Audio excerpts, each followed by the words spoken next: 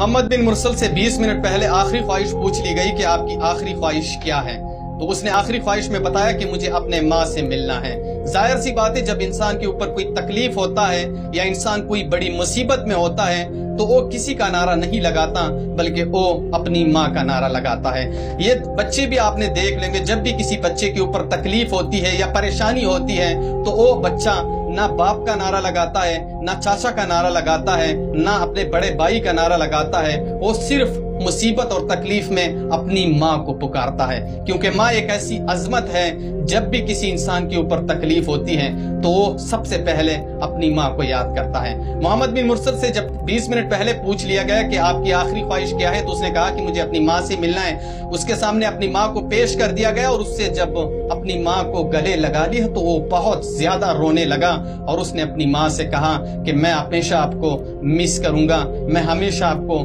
یاد کروں گا، آپ نے میرے لیے بہت زیادہ قربانیاں دی ہیں۔ اور اس کے بعد اس کی ماں اس کے اوپر ایسے چپک گئی کہ اسے چھوڑ ہی نہیں پا رہی تھی۔